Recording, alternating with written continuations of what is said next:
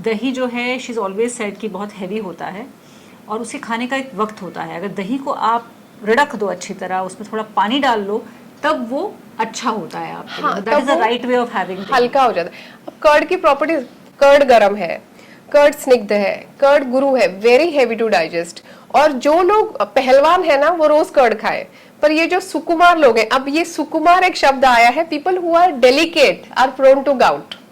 तो सुकुमार लोगों ने दही भी खा लिया, जो मस्त रहने वाले लोग हैं, आराम की जिंदगी जी रहे हैं, वो कम खाएं। जिनको कोई चिंता नहीं है, जो बड़े खुश है और सिर्फ खा के मस्त है, they are very prone to gout. तो देखो लाइफ में ऐसा रहना भी प्रॉब्लम है भाई। एक्वेटिक एनिमल्स, अब ये शेलफिश हो गई, फिशेस हो गए, they are also not good for people who are prone to gout, या because they are rich in purine, और वो आप पचा नहीं पाओगे, आपका मेटाबॉलिज्म वहां बिगड़ जाएगा और वो रक्त दूषित करता है। आनुप मांस मैं स्किन डिजीजेस में भी मना करती हूँ। आनुप is aquatic animals meat. I tell people who have skin problems not to have it. And if you see, this thing is joint and skin both. आपका जॉइंट भी दुखता है and you will see inflammation on the skin, red maroon red. Colour है। बाकी arthritis में you will not see such difference in colour of skin, but in this you will definitely see skin problems. Apart from that, अगर आपको injury हो गई और आपने ध्यान नहीं दिया है, that also can lead to gout. So these are मोटा मोटा आयुर्वेद के reasons and which you can see in current day also, which can cause gout. It may be called the rich man's disease, but the rich man who can actually afford to eat this, that and everything is not allowed to eat most of it. This is sad. This is not nice. अब क्या खा सकते हैं ये बताओ। मैंने अच्छा गोभी भी नहीं खा सकते, फूल गोभी बिल्कुल खाना अलाउड नहीं है। हाँ, फूल गोभी and mushrooms are rich in purine. एक पार्ट छूट गया, हाँ मशरूम्स भी। रिच मैन की बात की तो people who have a lot of beer और alcohol on a regular basis are also prone to gout. So basically सौबात की एक बात कि जब आप ये सब खा रहे थे तो तमीज में खाते तो शायद ठीक होता। हाँ। जब आपने उसका वो एक लिमिट क्रॉस किया तो the body is basically throwing it out. जैसे समंदर में हम बहुत सारा कचरा डाल देते तो वो वापस फेंक के हम bad example but whatever. No, almost correct example. I would not disagree with that कि आपने इतना डाल दिया कि body is overwhelmed. You know, उसको पता ही नहीं क्या करे। But I have seen people who suffer and it is really painful. It's painful. not nice. So it's best. बार बार हम यही कहते हैं कि इससे पहले कि ये हो जाए अपना ख्याल जरूर रखिएगा। इसका इलाज क्या है? खाने में तो आपने बता दिया क्या कुछ नहीं खा सकते, मतलब बहुत कुछ नहीं खा सकते। No, खाने में क्या खा सकते हैं मैं बताती हूँ ना। खाने में आप गेहूं खा सकते हैं, चावल खा सकते हैं, चना खा सकते हैं, मसूर खा सकते हैं, मूंग खा सकते हैं। तो ये तो आपके सारे आप सब्जियां सारी खा सकते हैं एक्सेप्ट पालक। पालक शाक ना, हरे शाक भाव प्रकाश में लिखा गया है कि आप ज्यादा शाक का सेवन ना करें because they are very alkaline and people who have a lot of alkaline things it leads to dryness. जो हरे सब्जी बनाए because they are so alkaline, उसको अच्छे तेल में बनाए। हम ये जो कम तेल उबाल ये सब जो बताते हैं ना, it is a little problematic. जितने भी क्षारीय फूड है which is all this leafy vegetables, they need to be cooked with healthy fat. That is how उनकी रुक्षता, the dryness reduces if you add something which is oily and oil which are coming from seeds जैसे तिल, mustard, मूंगफली, anything which can produce oil is the correct oil. Anything which is not producing oil, which is not rich in oil is something you should avoid. Okay, and is there a medication that you have for gout or is it a lifelong treatment? हमेशा का ख्याल रखना पड़ता है, कैसे होता है? Lifestyle तो सुधारनी पड़ेगी बिकॉज ये लाइफस्टाइल का डिजीज है। दिन में सोना कम कर दीजिए। दिन में सोना है तो सिर्फ आधे घंटे सोइए, not more than that. Ensure कि आप रात में सो रहे हैं, आपने अपना अल्कोहल वगैरह कम कर दिया है। आप अति लवण what salts do is they dehydrate you. And people who are dehydrated cannot throw uric acid out of the body. तो यूरिक एसिड एक्यूमुलेट होता है। तो नमक नहीं खाए। अम्ल बहुत खट्टा लोग खाते हैं कई बार, अचार हो गया, विनेगर हो गया, सिरका, तो ये अगर खाएंगे, kanji, this is your regular food habit, then वो रक्त को दूषित करेगा and that will cause high uric acid and you will have gout problem. तो ये छोटी छोटी चीजें अवॉइड करनी है। बाकी आप सब खा सकते हैं, बाकी सारी सब्जियां आर फाइन। हम अपने आप को लिमिट करने लगते हैं कि ये नहीं खाना है, वो नहीं खाना है।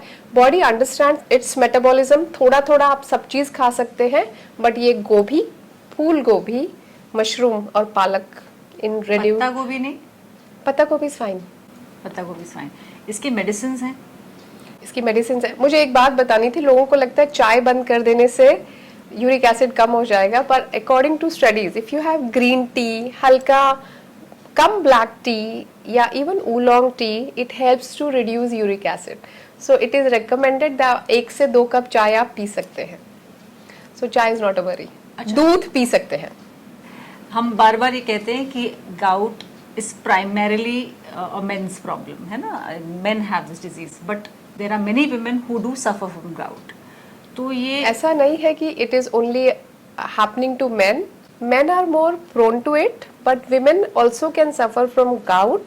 Men over 40s suffer from gout, and postmenopausal women who have reached menopause and they have had hormonal issues can also suffer from this problem. So it is divided, but largely to men and less in women, but both can have gout. so basically हमें खाना वो खाना चाहिए। मैं सोच मतलब सुन के तो हम यही समझ रहे हैं कि अपना जब खाना खाओ तो लेस एसिडिक फूड खाओ, keep your lifestyle simple as much as possible so that when you decide to indulge one of those days, then you can. Everything in moderation is so good for health and so good for longevity कि you really don't have to worry about कि इससे मुझे ये हो जाएगा. Understand your body, listen to your body and eat accordingly. हम जो ये अचानक लगता है ना कि यार ये तो बड़ा अच्छा था, दही वड़ा बड़ा अच्छा था, ये दोनों का combination is bad for gout. There is urad dal, there is dahi, and you end up over indulging.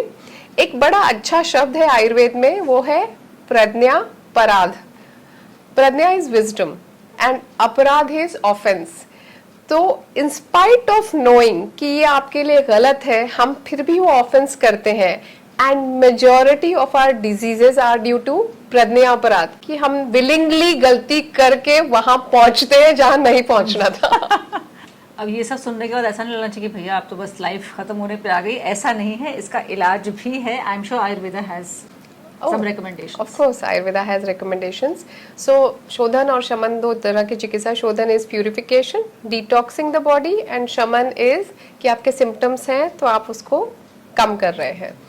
There are few, मैंने कहा कि वात और रक्त दो ऑपोजिट प्रॉपर्टीज के चीजें दूषित हुई है, have become vitiated. तो गुड़ुची, गिलोय एक ऐसी हर्ब है जो हम काफी यूज करते हैं for people who have gout. दूसरा है कोकिलाक्ष, और third is sunthi, dry ginger powder is largely used for gout. There are many medications. हम लोकल अभ्यंग या तेल लगाने को कहते हैं. We also ask people to go for purification therapies like कि बस्ती या ऑयल का एनिमा ले लिया, रक्त मोक्षण या ब्लड लेटिंग कर ली, but all this is done by a doctor. And gout is something which is a problematic disease which affects 2% people in the entire population. And it is necessary that when you have such symptoms, you visit your physician so that he can provide you with correct guidance.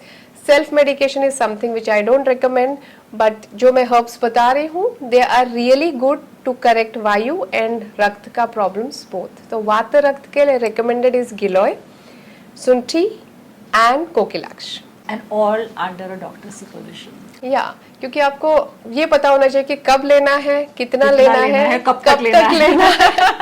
Yes. तो ये herbs के बारे में आप जरूर पढ़ें, because a little knowledge helps you have faith कि this is going to help me better.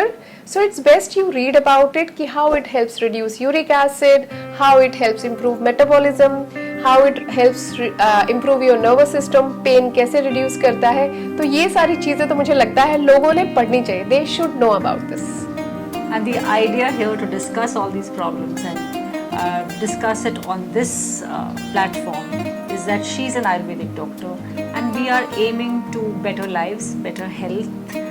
People should live healthy lives. आप अच्छी सेहत रखें और उसके लिए ये कुछ छोटे छोटे उपाय हैं और आपको समझना चाहिए कि कब आपको डॉक्टर की ज़रूरत है और आपको जाना चाहिए. And all these can be taken care of. You should understand your problems, analyze it well, and then correct it with informed decisions.